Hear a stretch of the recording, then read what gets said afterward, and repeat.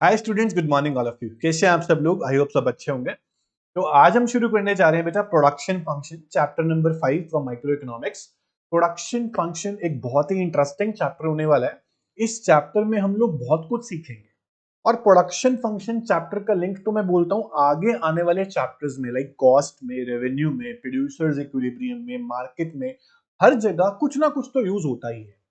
तो production function एक ऐसा चैप्टर है जो आगे आने वाली क्लासेस में, जैसे कि क्लास 12th के बाद आप ग्रेजुएशन करेंगे, कोई प्रोफेशनल कोर्स करेंगे, जहां भी इकोनॉमिक्स आएगी, ये चैप्टर पक्का होगा। 11th क्लास में आपको प्रोडक्शन फंक्शन के बेसिक्स सिखाए जाते हैं। व्हाट इज प्रोडक्शन, प्रोडक्शन होता क्या है। बहुत बच्चों को मालूम नहीं होता प्रोडक्शन डिटेल में कि होता क्या है। तो प्रोडक्शन बताऊंगा डिटेल में क्या होता है। प्रोडक्शन किसकी हेल्प से होता है? बहुत सिंपल भाषा में, प्रोडक्शन फैक्टर्स ऑफ प्रोडक्शन की मदद से होता है। फैक्टर्स ऑफ प्रोडक्शन चार तरीके के होते हैं दोस्तों: लैंड, लेबर, कैपिटल, एंटरप्रेन्योर। हम डिटेल में पढ़ेंगे, डिवाइड करेंगे दो कैटेगरीज में। फिक्स्ड फैक्टर्स ऑफ प्रोडक्शन कौन से होते हैं, वेरिएबल फैक्टर्स ऑफ प्रोडक्शन कौन से होते हैं। इकोनॉमिक्स में प्रोडक्शन फंक्शन के अंदर दो टाइम पीरियड भी होते हैं, short run and long run. बहुत बच्चे स्टार्टिंग से ही कंफ्यूज होते हुए आते हैं कि सर शॉर्ट रन मींस 1 साल, लॉन्ग रन मतलब 5 साल। ऐसा इस चैप्टर में बिल्कुल भी नहीं है। शॉर्ट रन मींस 1 साल नहीं होता, लॉन्ग रन मतलब 5 साल नहीं होते इकोनॉमिक्स में प्रोडक्शन चैप्टर। यहाँ पे कुछ अलग ही है, फैक्टर्स के बेस पे बताया जाता है कि शॉर्ट रन क्या होगा, लॉन्ग रन क्या होगा। आपके बिजनेस के स्केल के हिसाब से बताया जाता है कि शॉर्ट रन क्या होगा, लॉन्ग रन। तो इस चैप्टर को मैं बोल रहा हूं, अपने कान खोल के, दिमाग खोल के ध्यान से सुनना और आंखें खोल के ध्यान से देखना मैं क्या लिखता हूं और क्या बताता हूं। आपका ध्यान कहीं और डाइवर्ट नहीं होना चाहिए। ये चैप्टर बहुत काम का है। प्रोडक्शन समझ में आ गया तो कॉस्ट बहुत अच्छा समझ में आ गया। तो बेसिक है ये चैप्टर दोस्तों। देखो, मेरा काम बताना है, फर्ज मेरा कि आप ढंग से समझो। इंपॉर्टेंट है, करना आपका काम है। आप जितना अच्छा करेंगे उसमें आप ही का फायदा है और किसी का फायदा नहीं है। आपका फायदा तो हमारा भी फायदा है ना। तो आपका फायदा पहले, ठीक है। प्रोडक्शन फंक्शन शुरू कर रहे हैं, ध्यान से सुनना है। एक एक कंसेप्ट को बहुत बेसिक में डिटेल में जाके समझाऊंगा, आराम से, तसल्ली से, कोई जल्दबाजी नहीं है मुझे। ध्यान से सुनना, ओके। चलो let's start production function in detail. तो प्रोडक्शन फंक्शन में सबसे पहले हम बात करेंगे प्रोडक्शन क्या होता है दोस्तों। तो सिंपल भाषा में अगर मैं आपको बोलूं बच्चों कि प्रोडक्शन मींस, सबसे पहले हम बात कर रहे हैं दोस्तों प्रोडक्शन की। प्रोडक्शन फंक्शन अलग होता है, प्रोडक्शन अलग होता है। मैंने बोला प्रोडक्शन मींस जब भी हम इनपुट्स को जब भी हम इनपुट्स को आउटपुट में कन्वर्ट कर देते हैं ना, हम उसे प्रोडक्शन का नाम देते हैं। जब भी हम इनपुट को आउटपुट में कन्वर्ट कर देते हैं, या मैं कह सकता हूं कि जब भी हम रॉ मटेरियल, किसको, रॉ मटेरियल को कन्वर्ट कर देते हैं किसमें, फिनिश प्रोडक्ट में, फिनिश्ड गुड्स में, उसे भी हम क्या बोलते हैं, प्रोडक्शन बोलते हैं। तो प्रोडक्शन मींस है क्या, conversion of inputs into output, या conversion of raw material into finish goods. ये बेसिक बात बताई जाती है क्लास 11 में। आगे जाके आप बहुत कुछ सीखोगे प्रोडक्शन क्या होता है, क्रिएशन और addition to utilities also called production. ये भी आप पढ़ेंगे आगे कि जब सेटिस्फैक्शन क्रिएट हो जाए ना जिस चीज में, वो प्रोडक्शन। एक सिंपल एग्जांपल देता हूं। आप बैठते हैं, आप चेयर पे बैठे हो, मैं भी चेयर पे बैठा हूं। चेयर बनती किससे है, रॉ मटेरियल से। रॉ वुडन चेयर लकड़ी से, प्लास्टिक चेयर रॉ प्लास्टिक से। तो रॉ वुडन आपको सेटिस्फेक्शन नहीं देगा बैठने में जितना आपको चेयर सेटिस्फेक्शन देगा। जब तक चेयर ना बन जाए तब तक उसे प्रोडक्शन। तो बहुत तरह की चीजें हैं। क्लास 11th में आप इतना ही समझो, देखो बताने को बहुत कुछ मेरे पास है। क्लास 11th में इतना ही समझो कि production means conversion of input to output. That's it. आपके लिए खत्म किया। आपके लिए इतना ही है, आगे जाके पढ़ना, बड़े हो जाओगे। Conversion of raw material into finish goods आपके लिए नहीं करता। ये प्रोडक्शन होता है। अब प्रोडक्शन फंक्शन क्या होता है? अगर मैं आपको बोलूं production function means it refers to it refers to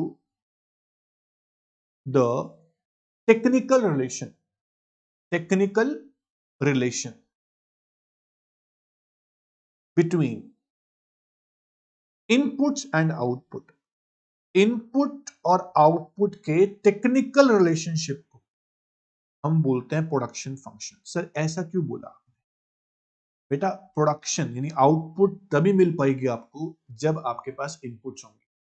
मैं छोटी सी बात लिखता हूं, O means output. Output is function of inputs. Inputs दो मेरे पास है, लेबर और capital, L and K for capital नहीं होता, सी फॉर कैपिटल होता है, बट यहाँ डिनोट कैसे कर रहे हैं, output is function of labour and capital. ये दोनों जो है ना बेटा, ये दोनों, ये है इनपुट्स। ये क्या है दोस्तों, इनपुट्स। और ओ जो है वो क्या है, आउटपुट। तो आउटपुट किसका फंक्शन है, इनपुट का। हमारे पास जितनी ज्यादा इनपुट अवेलेबल होंगी उतना ज्यादा आप आउटपुट प्रोड्यूस कर पाएंगे। तो production function is different and production is different. Production क्या था, conversion of inputs into output. Production function क्या है, the technical relationship between inputs and output. ये आपको इक्वेशन लिख के दिखा दी। आप यहां पर देखिए, प्रोडक्शन का मीनिंग आपको गिवन है, उसके बाद आपको प्रोडक्शन फंक्शन का मीनिंग गिवन है। प्रोडक्शन फंक्शन के बाद यहां छोटी सी इक्वेशन गिवन है आपको, इसे आप ध्यान रखें, output is function of inputs, labour and capital.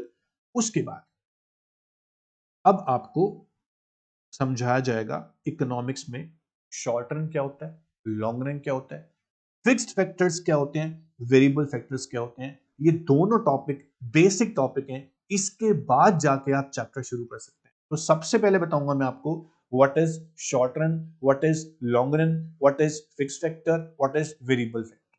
ठीक है, तो सबसे पहले आप मेरे हिसाब से समझो कि जो फैक्टर्स होते हैं, क्या चीज, जो फैक्टर्स होते हैं वो कितने तरह के होते हैं।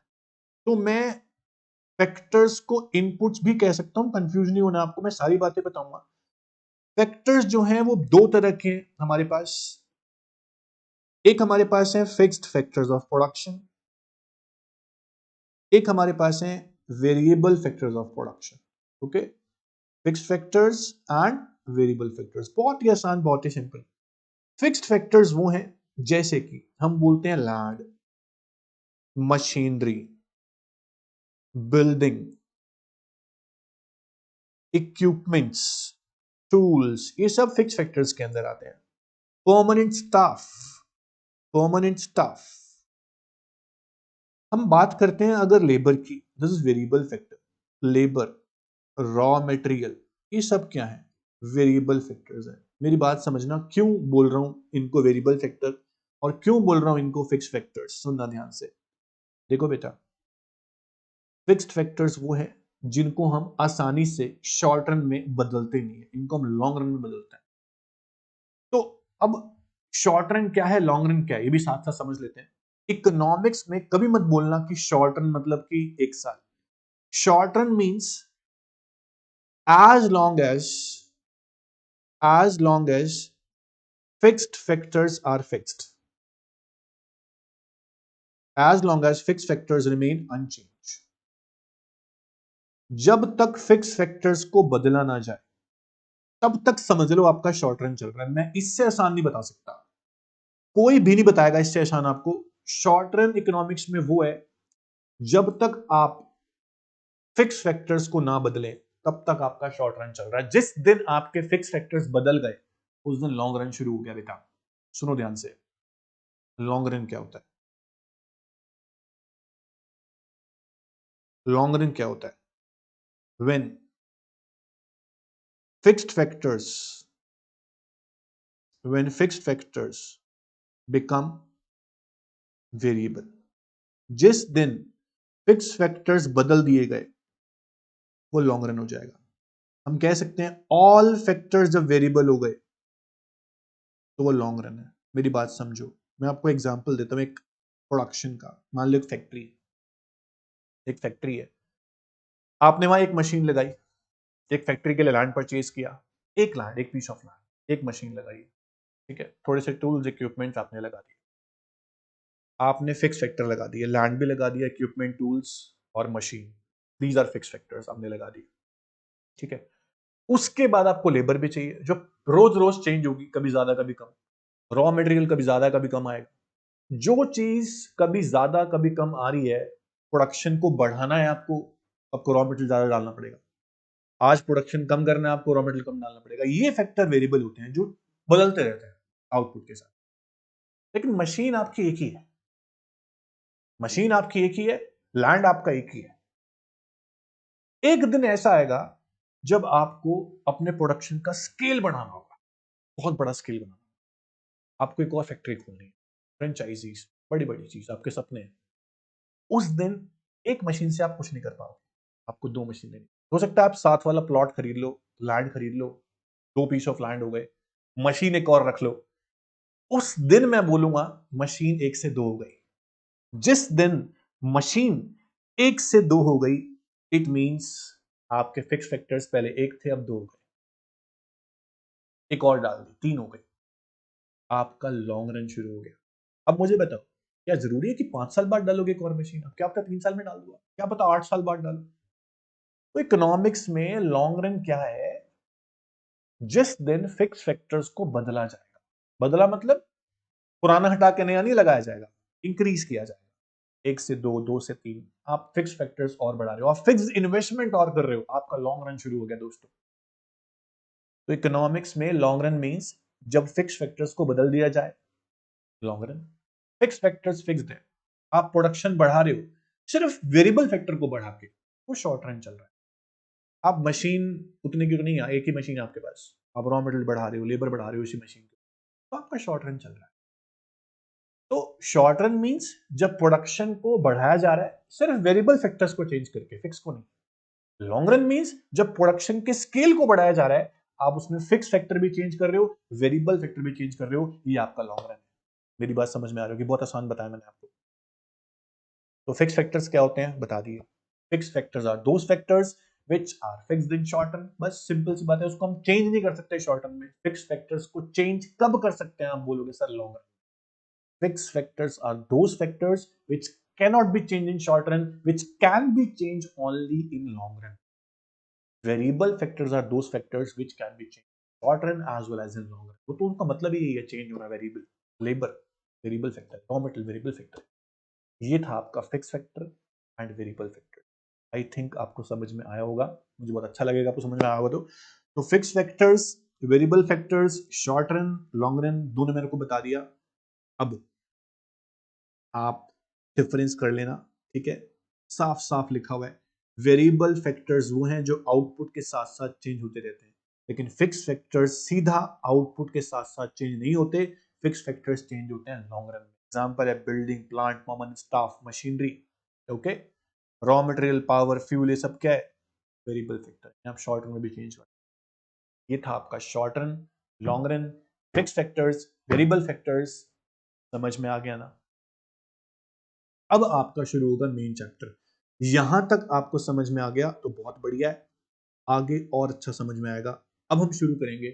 प्रोडक्शन क्या होता है मैंने आपको बता दिया। अब मैं आपको बताऊंगा कि प्रोडक्शन को आप कितने टाइप में डिवाइड कर सकते हो। आज लाइक आपने एक बार चैप्टर पढ़ा था यूटिलिटी, वहां आपने TUMU पढ़ा था ना, ऐसे ही यहां पर कुछ तरीके से हम डिवाइड कर रहे हैं प्रोडक्शन को 3 टाइप्स में। That is total product, total product, इसको हम बोलेंगे दोस्तों TP, टोटल प्रोडक्ट, या फिर इसको टोटल फिजिकल प्रोडक्ट, TP भी बोल सकते हैं। उसके बाद next is average product, okay, average product AP, या फिर एवरेज फिजिकल प्रोडक्ट APP भी बोलता जाता है कई बुक्स में। नेक्स्ट इज मार्जिनल प्रोडक्ट यानी कि MP, मार्जिनल फिजिकल प्रोडक्ट भी इसको आप बोल सकते हैं, MPP, अभी हम MP लिखेंगे। ये 3 तरह के हमारे पास प्रोडक्शन, इन तीनों को वन बाय वन एक्सप्लेन करेंगे, फिर इन तीनों का रिलेशनशिप पढ़ेंगे। जैसे हमने टी और एमयू का पढ़ा था ना, ऐसे टेबल बहुत यूज होगी। टेबल नहीं आती पूरा चैप्टर आपके लिए बुल है, जीरो है, टेबल आनी चाहिए समझ। तो सबसे पहले पढ़ेंगे what is TP, what is AP, what is MP. सबसे पहले बताऊंगा आपको व्हाट इज टोटल प्रोडक्ट। सुनिएगा ध्यान से। हम क्लास 11th में शॉर्ट रन डिटेल में पढ़ेंगे, लॉन्ग रन आपके सिलेबस में नहीं है। लॉन्ग रन का सिर्फ मीनिंग है आपके सिलेबस में, पढ़ लिया हमने। डिफरेंस आपके सिलेबस में है शॉर्ट रन लॉन्ग रन का, लेकिन लॉन्ग रन की laws of production, long run के प्रोडक्शन आपके सिलेबस में नहीं है। लॉन्ग रन हम डिटेल में नहीं पढ़ेंगे, हम पढ़ेंगे पूरा शॉर्ट रन। ये चैप्टर पूरा शॉर्ट रन में चलता है। तो शॉर्ट रन में आप सब जानते हैं हम सिर्फ वेरिएबल फैक्टर को चेंज कर सकते हैं। Fix factors can not be change in short run. Fix factor जब चेंज होंगे तो लॉन्ग रन आ जाएगा, बता दिया मैंने। तो मान लीजिए आपने एक मशीन लगाई हुई है, एक लेबर लगाई है, फिर 2 लेबर लगा दी, फिर 3 लगा दी, फिर 4 लगा दी, 5 लगा दी। लेबर को इंक्रीज करते जाएंगे, क्या आउटपुट पे फर्क नहीं पड़ेगा? सर पड़ेगा, आउटपुट बढ़ती जाएगी। जितने ज्यादा लेबर, सिर्फ लेबर नहीं, रॉ मटेरियल भी, पूरे पूरे वेरिएबल फैक्टर की बात कर रहा हूं। वेरिएबल फैक्टर को इंक्रीज करने से आपका प्रोडक्शन भी इंक्रीज होता है। तो मैं क्या लिखता हूं टीपी की definition, it refers to the total output produced, total output produced with the help of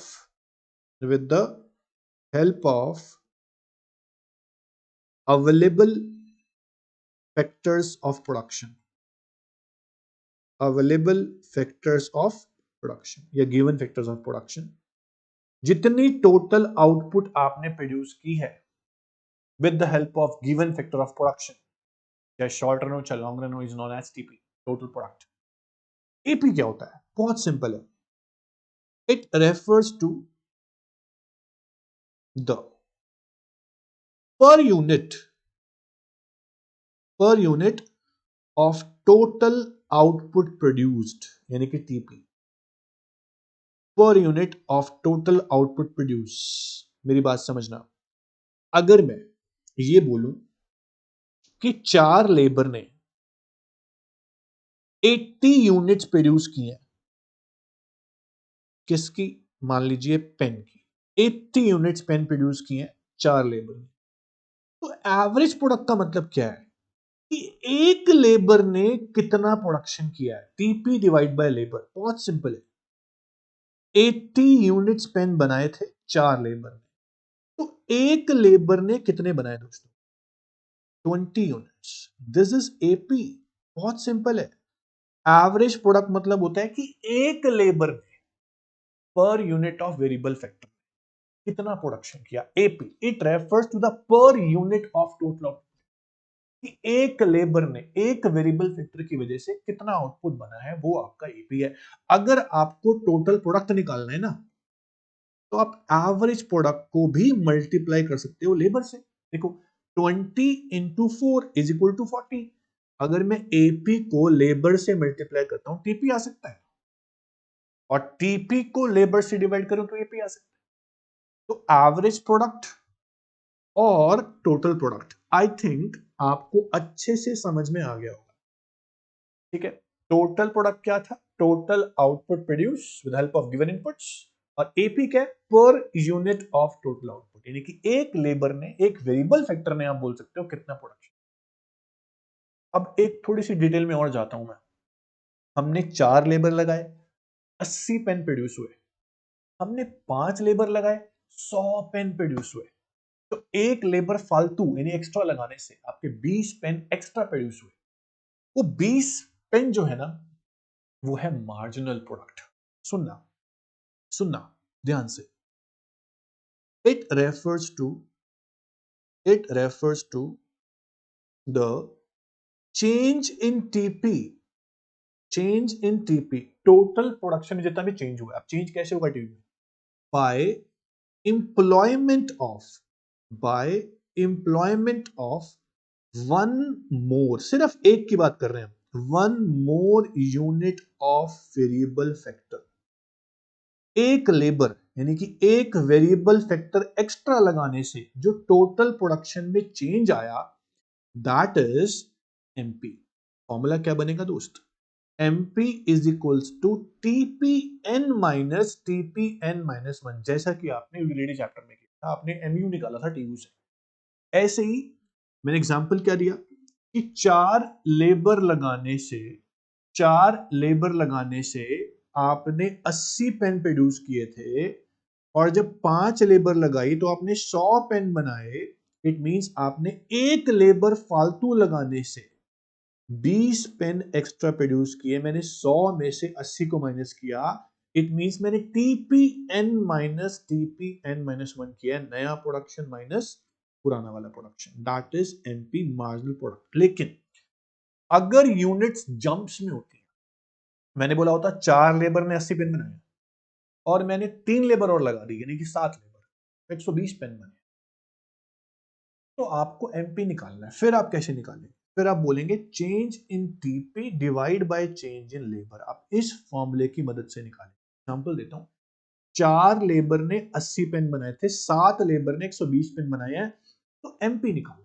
तो आप माइनस नहीं करोगे सीधा, आप चेंज इन टीपी को कितने का है 40 का, और चेंज इन लेबर कितने का है 3 का, तो जो भी आपका आंसर होगा वो आपका एमपी। तो जब यूनिट जंप्स में हो तो आप फॉर्मूला ये लगाएं, जब यूनिट एक एक करके बढ़ रही हो तो आप सीधा TPN माइनस TPN माइनस 1 वाला फॉर्मूला लगाएं। ये दो फॉर्मूले हैं, एक फॉर्मूला ये वाला है एमपी का, दूसरा फॉर्मूला ये वाला है, दो फॉर्मूले हैं। समझ में आ गया? एमपी को जोड़ के भी टीपी निकल सकता है, ये बात आपको आगे समझ में आएगी, सिर्फ बता रहा हूं मैं, नोट कर लो बस, बता दूंगा आगे समझ में आ जाएगा टेबल के थ्रू कैसे आएगा। अब तक हमने क्या क्या पढ़ लिया दोस्त? अब तक हमने पढ़ लिया प्रोडक्शन क्या होता है, प्रोडक्शन फंक्शन क्या होता है, टीपी क्या होता है, एपी क्या होता है, एमपी क्या होता है विद फॉर्मूला। अब हम पढ़ेंगे कि टोटल प्रोडक्ट, मार्जिनल प्रोडक्ट और एवरेज प्रोडक्ट, इनका आपस में क्या रिलेशन है विद हेल्प ऑफ टेबल, और टेबल के रूल्स बताऊंगा। बिना रूल्स के इस चैप्टर का कोई वजूद नहीं है, रूल्स पता होने चाहिए, कौन से रेट से प्रोडक्शन कम बढ़ता है कैसे। और ध्यान रहे हम पढ़ रहे हैं शॉर्ट रन। क्या पढ़ रहे हैं हम? Short run. हम टॉपिक पढ़ने जा रहे हैं relation between AP and MP. बहुत इंपॉर्टेंट, टीपी और एमपी कभी पढ़ेंगे, एक रिलेशन ये पढ़ेंगे, एक रिलेशन ये पढ़ेंगे। इन दोनों रिलेशनशिप्स को समझने के लिए आपको टेबल आनी चाहिए, टेबल नहीं आती तो कोई यूज नहीं है। आपको टेबल सिखाते हैं, टेबल के रूल सिखाते हैं। सबसे पहली बात आप जो है वो ये ध्यान रखोगे कि हम फर्स्ट कॉलम में यूनिट्स लिखेंगे लेबर की, यानी इनपुट्स की। हम आउटपुट बना रहे हैं, आउटपुट किसकी वजह से बनती है? इनपुट की वजह से, क्योंकि output is function of input. तो आप सबसे फर्स्ट कॉलम में इनपुट, उसके बाद टीपी, उसके बाद एपी, उसके बाद एमपी, इस तरह से 4 कॉलम बना लेंगे। ठीक है, 4 कॉलम बना लेंगे। तो सबसे पहले हम लिखते हैं यूनिट्स ऑफ लेबर, 0 1 2 3 4 5 6 7 8 तक मैंने ले लिया। देन टीपी, देन मैं एमपी निकालूंगा, देन एपी निकालूंगा, देन करेंगे रिलेशनशिप। अब रूल दिमाग में लिखोगे तो भूल जाओगे, नोट्स में लिखोगे तो लिखा रहेगा, बार बार आपको दिखता रहेगा। टीपी के रूल्स क्या है? टीपी का सबसे पहला रूल है, सबसे पहला rule, rule number 1, total production जो है वो इंक्रीज होता है एट, सबसे पहला रूल बहुत इंपॉर्टेंट है, इंक्रीज एट इंक्रीजिंग रेट। जब हम इनपुट्स को लगाते हैं शुरू शुरू में तो इनपुट्स बेटर यूटिलाइज होती हैं, हम बोल सकते हैं अंडर यूटिलाइज होती हैं, एफिशिएंसी बहुत ज्यादा होती है, तो प्रोडक्शन सबसे पहले इंक्रीज होता है इंक्रीजिंग रेट से।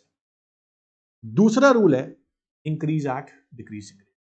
ठीक है, अब सुनो, पहले आप लेबर तो लगा ही नहीं रहे, जीरो लेबर, लेबर नहीं है, रॉ मटेरियल नहीं है, तो प्रोडक्शन तो हो नहीं पाएगा। अब बढ़ाएंगे इंक्रीजिंग रेट से, 2 से बढ़ाया, 2 लिख दिया, फिर बढ़ाएंगे 3 से। इंक्रीजिंग रेट का मतलब क्या होता है? 2 से बढ़ाओ, 3 से बढ़ाओ, 4 से बढ़ाओ, 2 से बढ़ाया, फिर 3 से बढ़ाया, 5 लिख दिया। ठीक है, 4 से बढ़ाया, 9 लिख दिया, 2 से, 3 से, 4 से, इंक्रीजिंग रेट हो गया। अब बढ़ाएंगे डिक्रीजिंग रेट से, 12, 3 से बढ़ाया, फिर 2 से बढ़ाएंगे 14, 1 से बढ़ाएंगे 15।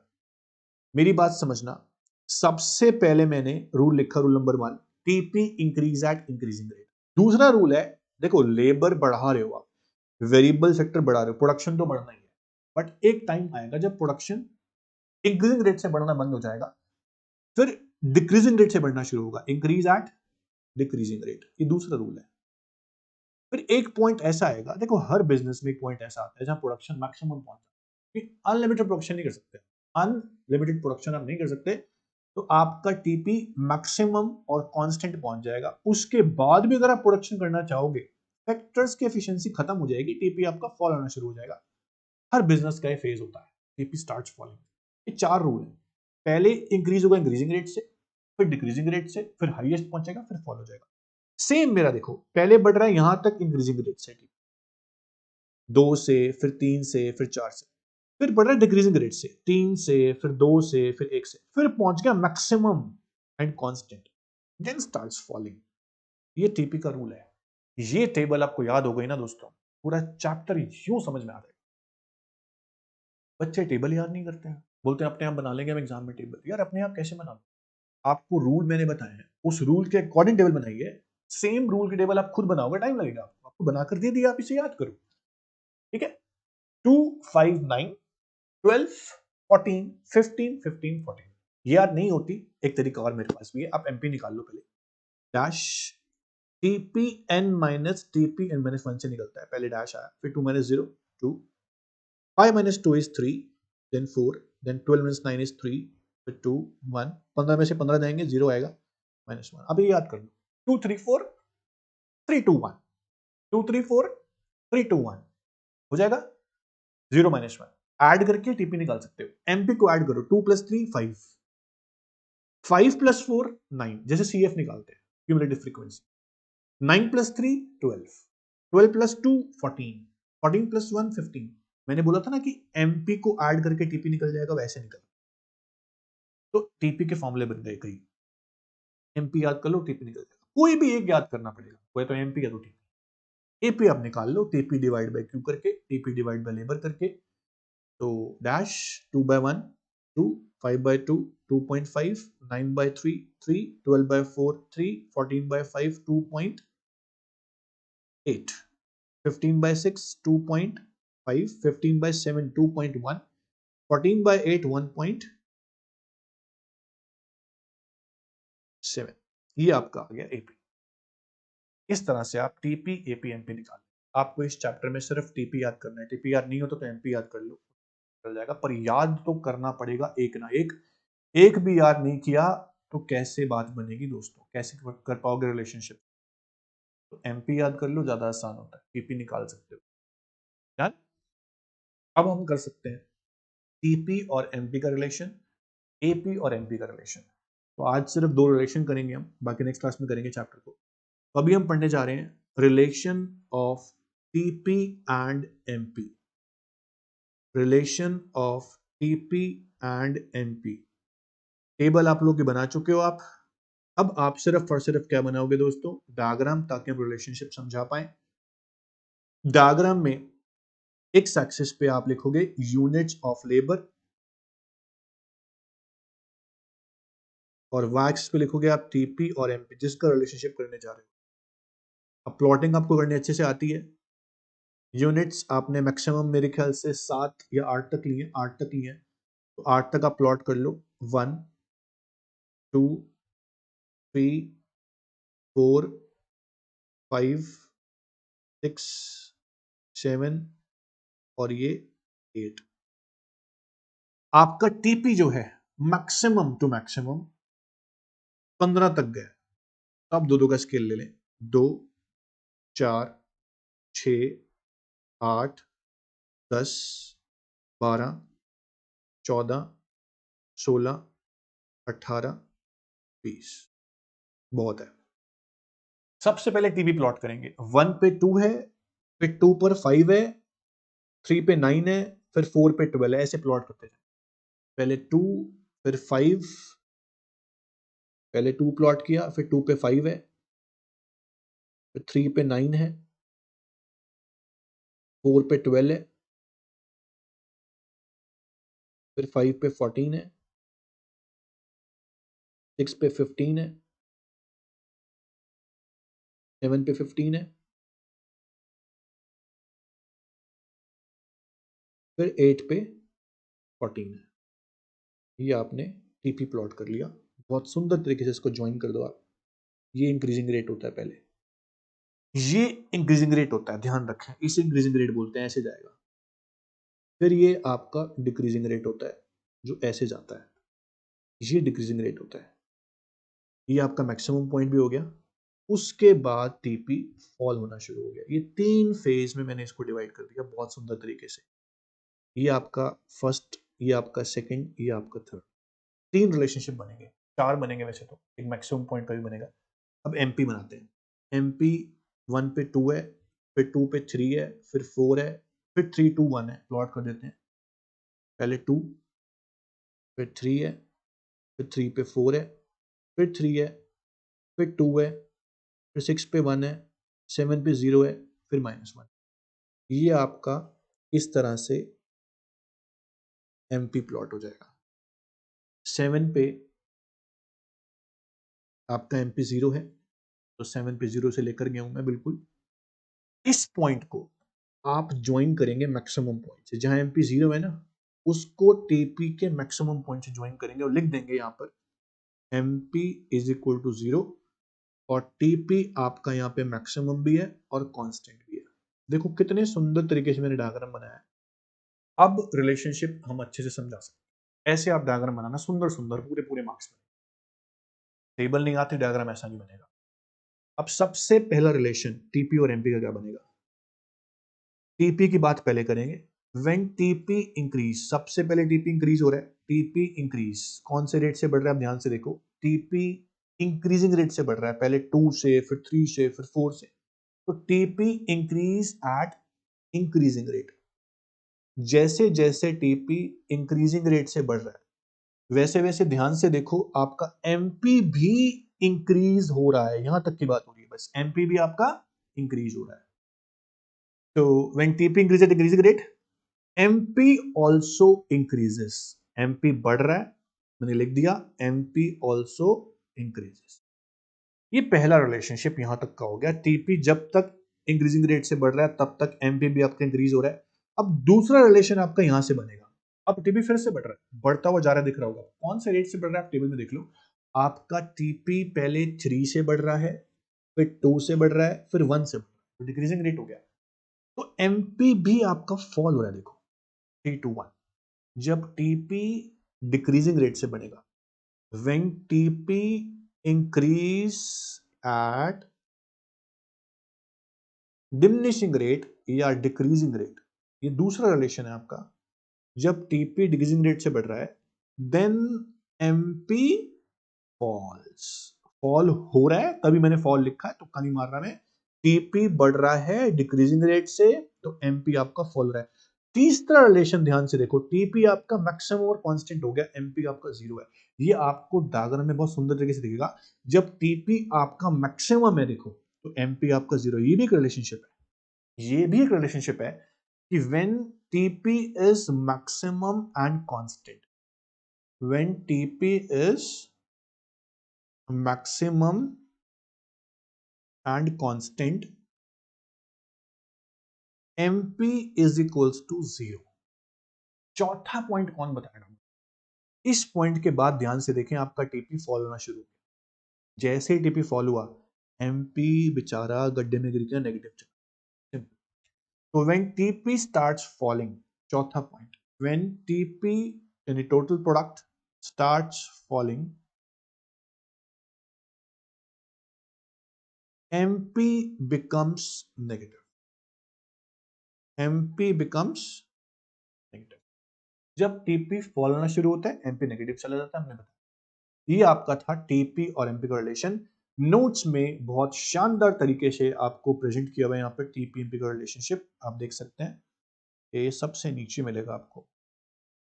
लॉ मैं बाद में कराऊंगा, पहले मैंने रिलेशनशिप करा दिया, आसान लगेगा बाद में लॉ आपको। तो लॉ के बाद यहाँ पर रिलेशनशिप समझाया हुआ है टीपी एमपी का। देखो ये टेबल थोड़ी अलग है इसके अंदर।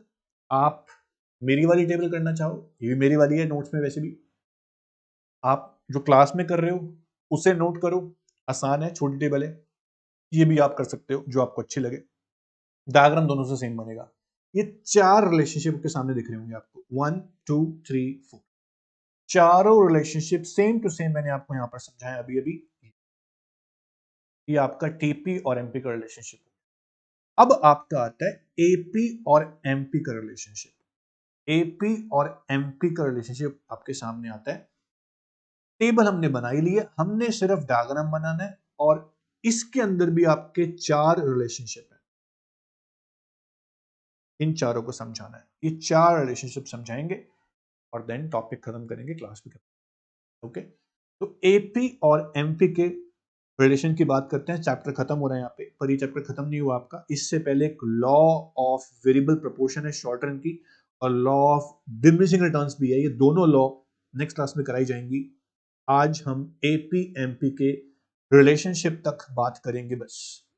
तो एपी एमपी का रिलेशन करने के लिए आपको डायग्राम बनाना पड़ेगा एपी और एमपी का। ठीक है, टेबल आपके सामने बनी हुई है, एपी की भी एमपी की भी आप डायग्राम बना सकते हैं। तो डायग्राम बनाएंगे, ये रूल्स दोबारा बोल रहा हूं, नोट कर लो, इन रूल के बेस पे टेबल बनी हुई है। अब बनाते हैं एपीएमपी का डायग्राम, फिर पढ़ते हैं रिलेशनशिप। तो डायग्राम बनाते हैं, मैं आपको इजी करने के लिए थोड़ा सा डायग्राम यहां पर बना देता हूं। ओके, यहां पर बना देता हूं ताकि टेबल हमारे सामने सामने हो और डायग्राम परफेक्ट तरीके से यहां बन जाए। डन। यूनिट्स आपकी 1 से 7 तक हैं, 8 तक। तो 2 3 4 5 6 7 8। मैक्सिमम एमपी कहां तक जा रहा है आप देख लो, उसके हिसाब से स्केल ले लेंगे। आपका मैक्सिमम एमपी जो है वो 4 तक जा रहा है, एपी मैक्सिमम 3 तक जा रहा है। तो एक एक का गैप, ये बच्चे 0.5 का भी लेते हैं, वो भी सही है। एक एक का गैप ले लेंगे, 1 2 3 4, यहां तक ले लेंगे गैप। तो सबसे पहले एमपी प्लॉट करते हैं। 2 3 4, 1 पे 2 है, उसके बाद 2 पे 3 है, फिर 3 पे 4 है, फिर अगेन 3 है 4 पे, 5 पे 2 है, 6 पे 1 है, 7 पे 0 है, और फिर -1। ये आपका एमपी प्लॉट हो गया। बहुत ही बढ़िया तरीके से हमने एमपी प्लॉट कर दिया। एमपी बस। अब प्लॉट करेंगे एपी। एमपी देखो ध्यान से, पहले बढ़ रहा है यहां तक, फिर फॉल हो रहा है, फॉल को हम हाईलाइट कर देते हैं येलो से, और फिर नेगेटिव चला गया, उसे ग्रीन कर देते हैं। ये 3 चीज बन गई होंगी, एमपी बन के तैयार हो गया। अब बनाएंगे एपी, फिर करेंगे रिलेशनशिप। एपी जो है पहले 2 है, फिर 2.5 है, फिर 3 है, फिर 3 है। चलो पहले 1 पे 2 प्लॉट करते हैं, 2 ऑलरेडी प्लॉटेड है, 1 पे 2 प्लॉटेड है। उसके बाद 2 पे 2.5 है, तो 2 पे 2.5 समवेयर यहां प्लॉट होता है बीच में। उसके बाद 3 है, 3 पे 3 यहां प्लॉट होता है। 4 पे फिर से 3 है, यहाँ कट करेगा मतलब एपी।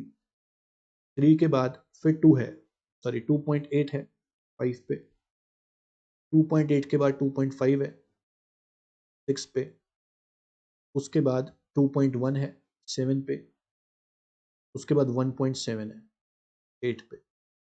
ये आपका एपी जा रहा है, ये भी फॉल हो रहा है ऐसे। ये आपका एपी हो गया।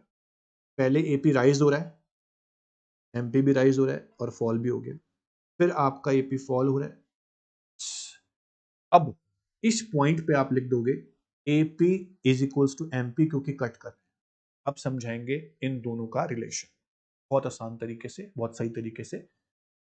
ध्यान से सुनना, इसके अंदर से इनडायरेक्ट क्वेश्चन काफी बनते हैं, काफी मतलब काफी बनते हैं, और बहुत काम के क्वेश्चन है। अभी आपको अभी समझ में आ जाएगा कि मैं क्यों बोल रहा हूँ इनडायरेक्ट क्वेश्चन काफी बनते हैं। सुनो, आपका पहला आंसर ही शायद रॉन्ग हो सकता है, सुनेंगे ध्यान से। सबसे पहला पॉइंट, व्हेन एपी इंक्रीजेस, जब एपी बढ़ रहा है, देखो ये बढ़ रहा है एपी, एमपी ऊपर वाला है, तो एमपी पे क्या इफेक्ट पड़ रहा है? आप रिलेशन बता रहे हो ना एपी एमपी का, जब एपी इंक्रीज हो रहा है तो एमपी क्या हो रहा है? आधे बच्चे बोलते हैं राइज, कुछ बच्चे बोलते हैं सर राइज भी हो रहा है और फॉल भी हो रहा है। ध्यान से देखो, जब तक एपी बढ़ रहा है ए पॉइंट तक, जब तक एपी बढ़ रहा है ना, तब तक एमपी राइज भी हो रहा है और फॉल भी हो रहा है। तो व्हेन एपी इंक्रीजेस, एमपी में राइज और फॉल बोथ, राइज और फॉल बोथ, एमपी दोनों हो रहा है, राइज भी और फॉल भी। अब बड़ा कौन सा है छोटा कौन सा है बताना पड़ेगा। हेयर ध्यान से देखो, एमपी ऊपर है एपी नीचे है, तो MP is greater than AP. Indirect question क्या बनेगा यहां से, सुनो ध्यान से, सुनो क्वेश्चन क्या बनेगा। As long as MP is greater than AP what happens to AP. जब एमपी बड़ा होगा एपी से, एपी पे क्या फर्क पड़ रहा होगा, बोलेंगे एपी विल राइज, ऑप्शन आएंगे राइज, फॉल, कांस्टेंट, जीरो, आप बोलेंगे एपी विल राइज। जब जब तक एमपी बड़ा एपी से, तब तक एपी सिर्फ बड़ी तो ना, कुछ तो होंगी। बट अगर एमपी की बात की जाए तो वो राइज और फॉल दोनों हो सकता है। आगे सुनो, तो ऐसे से क्वेश्चन बनेंगे आपके। एक और क्वेश्चन बना दो इसी का ही, as long as MP is more than AP what happens to, आप आंसर क्या देंगे, सर एमपी राइज भी होगा और फॉल भी, जब जब एमपी बढ़ा है। अभी आगे देखो, अभी एक रिलेशनशिप किया है हमने, सेकंड रिलेशनशिप क्या बनेगा, सेकंड रिलेशनशिप ध्यान से सुनना, इंपॉर्टेंट है। When AP is equals to MP, जब एपी बराबर है इसके, एमपी के, देखो दो बार बराबर है, यहां पर 3 है, ये भी 3 है, बराबर एपी एमपी। यहां पर ध्यान से देखें तो एमपी जो है आपका, सुनेंगे, एमपी कट कर रहा है एपी को, नीचे की तरफ आते हो, दोनों बराबर हो गए। और यहां पे आपका जो एपी है, कौन, एपी, वो कांस्टेंट है, 3 3 दो बार है ना, तो एपी कांस्टेंट है, एमपी कांस्टेंट नहीं है, बच्चे लिखते हैं MP constant. When AP is equal to MP, आप लिखेंगे then AP is maximum and constant. इसका इनडायरेक्ट क्वेश्चन बनेगा कि जब एपी मैक्सिमम होता है, देखो मैक्सिमम वैल्यू 3 है, जब एपी मैक्सिमम होता है या कांस्टेंट होता है, तो एमपी क्या होता है, आप बोलेंगे एमपी बराबर होता है। आंसर में ऑप्शन में दिया होता है कि MP is constant, AP equal to MP, true और फॉल्स। जब एमपी कांस्टेंट है, क्या एपी एमपी के बराबर होता है, बोलेंगे नहीं, एपी जब कांस्टेंट होता है तब एमपी एपी बराबर होता है, एमपी कांस्टेंट नहीं है कहीं पर, एपी कांस्टेंट है तो एपी एमपी बराबर है। ये सेकंड पॉइंट था। तीसरा क्या बनेगा, तीसरा पॉइंट बनेगा व्हेन एपी स्टार्ट्स फॉलिंग या व्हेन एपी फॉल, देखो एपी जब फॉल हो रहा है, MP also fall, MP also fall.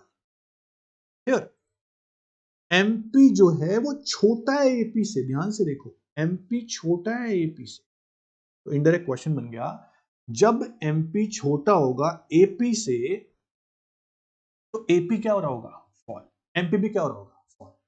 MP छोटा क्यों होता है एपी से, क्योंकि एमपी फास्टर फॉल। ये तीनों रिलेशनशिप यहां मैंने छोटे छोटे लिखे हैं, और यहां आपको डिटेल में बड़े बड़े दिख रहे हैं, घबराने वाली बात नहीं है, सबने छोटे छोटे लिखे हैं, छोटे से लिखे क्योंकि आपको समझा सकूं डायग्राम के साथ साथ। देखो जब जब एमपी बड़ा होता है एपी से, एपी राइज हो रहा होता है, लेकिन एमपी राइज फॉल दोनों हो रहा होता है। एमपी जब बराबर होता है एपी के, तो एपी मैक्सिमम और कांस्टेंट होता है, एमपी मैक्सिमम कांस्टेंट नहीं होता। ये सारे पॉइंट आपको दिए हैं। एक इंपॉर्टेंट बात बता रहा हूं, MP can be positive, zero और नेगेटिव तीनों हो सकता है, but AP can never be zero और नेगेटिव, क्योंकि एक लेबर कुछ ना कुछ तो बनाएगी। एपी क्या होता है, पर यूनिट ऑफ टीपी, एक लेबर कुछ ना कुछ तो बनाएगी, बट एमपी जीरो हो सकता है, नेगेटिव हो सकता है, पर AP can never be zero negative, क्योंकि एक लेबर कुछ ना कुछ प्रोडक्शन तो कर रही हो। ये भी इनडायरेक्ट क्वेश्चन। मैं बोल रहा हूं कि आज की क्लास में इतना ही एनफ होता है जितना मैंने कराया है। अगर मैं लॉ भी करा दूं ना आपको, कुछ नहीं समझ में आएगा, भूल जाओगे। आज आपको एपी और एमपी का रिलेशन मैं कह रहा हूं कई बार रिवाइज करना है, डायग्राम बनाकर देखना है, लर्न करना है, समझना है। और टीपी और एमपी का रिलेशन मेन ये था, बाकी सब बेसिक था। शॉर्ट रन लॉन्ग रन तो रिवाइज करोगी, उसमें भी क्वेश्चन बनते छोटे छोटे, डेफिनेशन भी करोगे एपी एमपी टीपी की, लेकिन relation of TP MP AP MP ऐसे कर लेना कि बस पी जाना, रटना नहीं है, देखो समझ के करना। डाउट मैं आपसे ले लूंगा, आपको अगर होंगे तो, पहली बात तो डाउट होंगे नहीं आपके, आप ढंग से करो, क्लास को बार बार रिपीट पे देखो। लेकिन बहुत अच्छे टॉपिक हैं आज के, इन पे दोनों टॉपिक पे बोल रहा हूं मैं, इनडायरेक्ट क्वेश्चन बनते हैं ज्यादा से ज्यादा, तो इनको बहुत अच्छे से कर लो ताकि आपके इनडायरेक्ट क्वेश्चन सारे सॉल्व हो जाए। तब तक के लिए all the best, thank you so much, take care.